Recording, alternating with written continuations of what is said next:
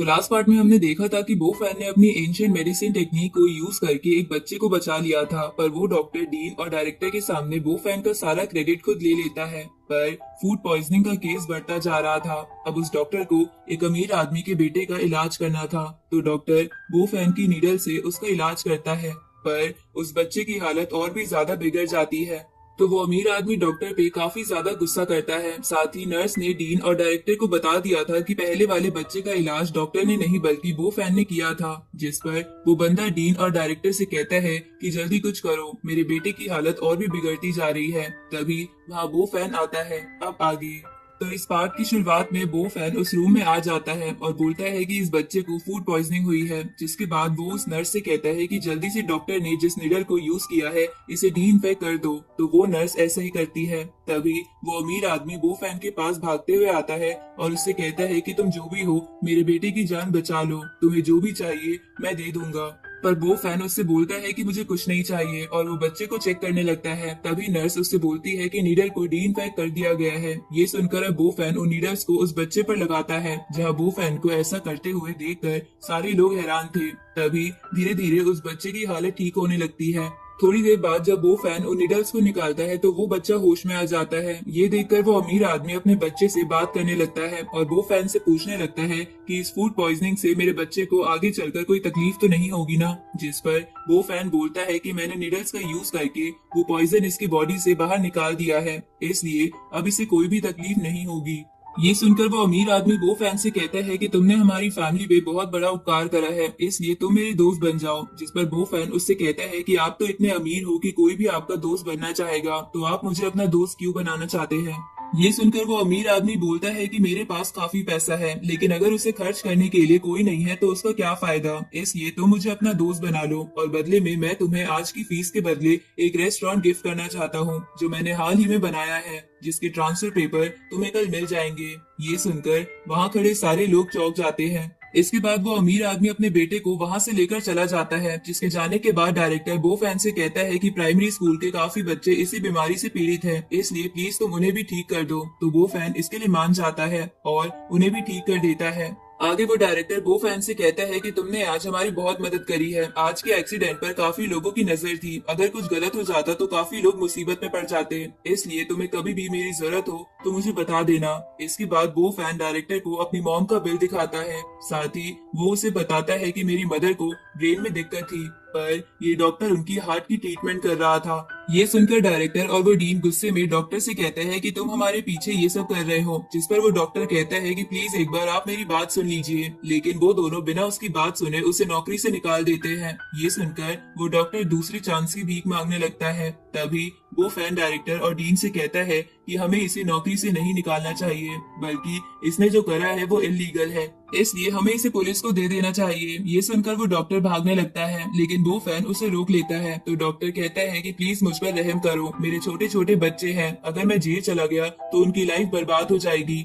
इस पर वो फैन उससे कहते हैं कि क्या तुमने कभी किसी पर रहम खाया है जो मैं तुम पे रहम खाऊं। कितने ही लोगों ने अपने घर और जमीनें बेची होंगी तुम्हारा झूठा बिल चुकाने के लिए, इसलिए हम तुम्हें पुलिस के हवाले कर रहे हैं, यही तुम पे बहुत बड़ा रहम है। आगे वो डायरेक्टर बो फैन से पूछता है कि तुमने चाइनीज मेडिसिन कहाँ से सीखी और तुम्हारा टीचर कौन था। जिस पर बो फैन कहता है कि मैंने चाइनीज मेडिसिन नहीं सीखी, बल्कि मुझे एक एंशिएंट टीचर ने सिखाया है, जो कि अब रिटायर हो चुके हैं। ये सुनकर वो डायरेक्टर कहता है कि मुझे विश्वास नहीं हो रहा कि एंशिएंट स्किल्स इतनी महान हो सकती है। तभी डीन बो फैन से पूछता है कि क्या तुम्हें हमारे हॉस्पिटल में काम करने में इंटरेस्ट है, हम तुम्हें इसके बदले काफी अच्छी सैलरी भी देंगे।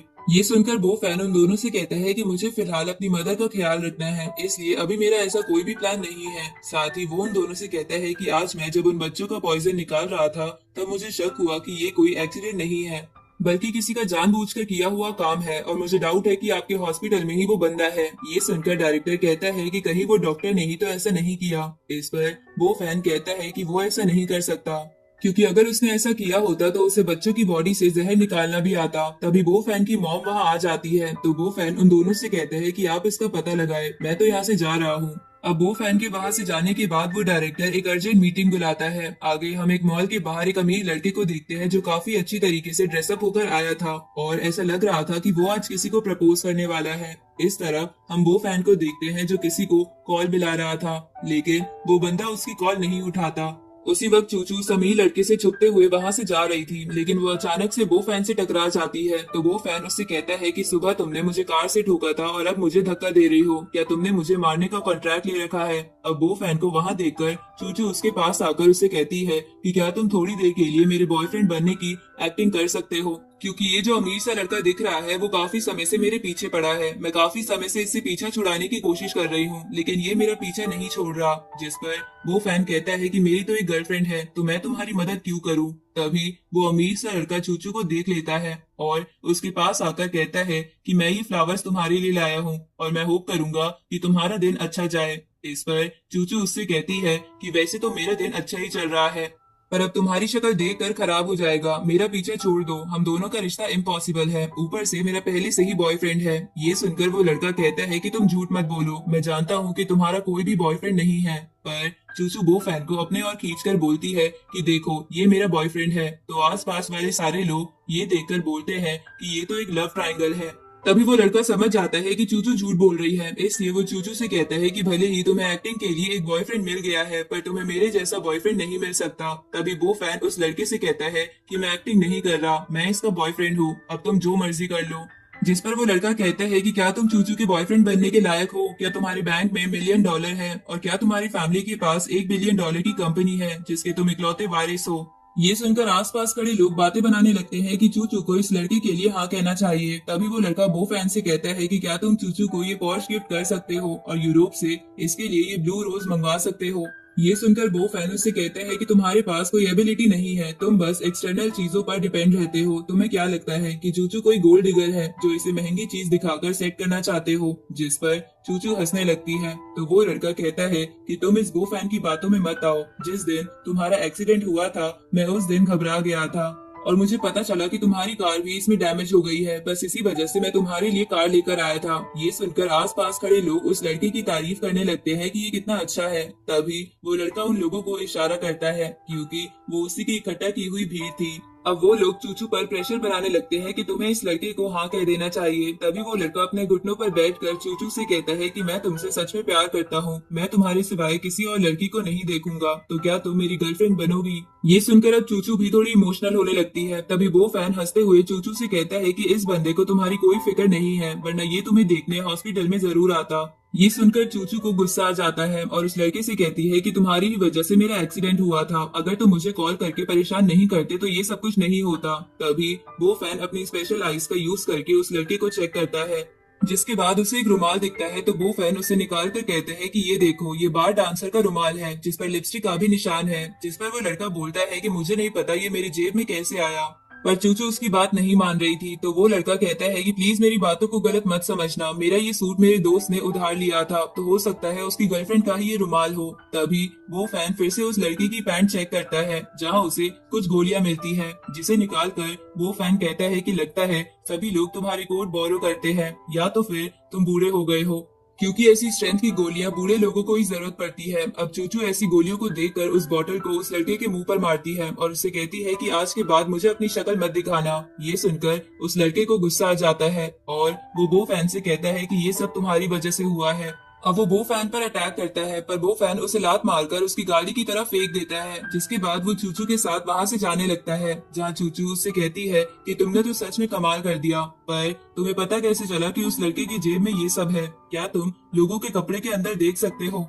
तभी चूचू शर्माते हुए कहती है कि अगर ऐसी बात है तो क्या तुम मुझे भी बिना कपड़ों के देख सकते हो? लेकिन वो फैन बात घुमाने के लिए कहता है कि मैं एक डॉक्टर हूँ, बॉडी में थोड़ा भी चेंज होता है तो मुझे फौरन पता चल जाता है। तो चूचू भी उसकी बात मान लेती है। इसके बाद वो फैन वहां से जाने लगता है, जिसे जाते हुए देखकर चूचू उससे कहती है कि मेरी मदद करने के लिए शुक्रिया, मैं बाद में तुम्हें कॉल करूंगी। आगे वो फैन एक हर्ब्स की शॉप पर आ जाता है और केमिस्ट को कुछ मेडिसिन की लिस्ट देता है और उसे वो निकालने को कहता है। तो इतनी लंबी लिस्ट देखकर वो केमिस्ट सारी चीजें जल्दी से निकाल कर जल्दी से पैक कर देता है और वो फैन से कहता है कि इन सबका टोटल हुआ 2,53,000। लेकिन वो फैन उस केमिस्ट से कहता है कि मुझे माफ कर देना, मुझे पता नहीं था कि ये इतनी एक्सपेंसिव होगी, मैं तो इतने पैसे लाया भी नहीं।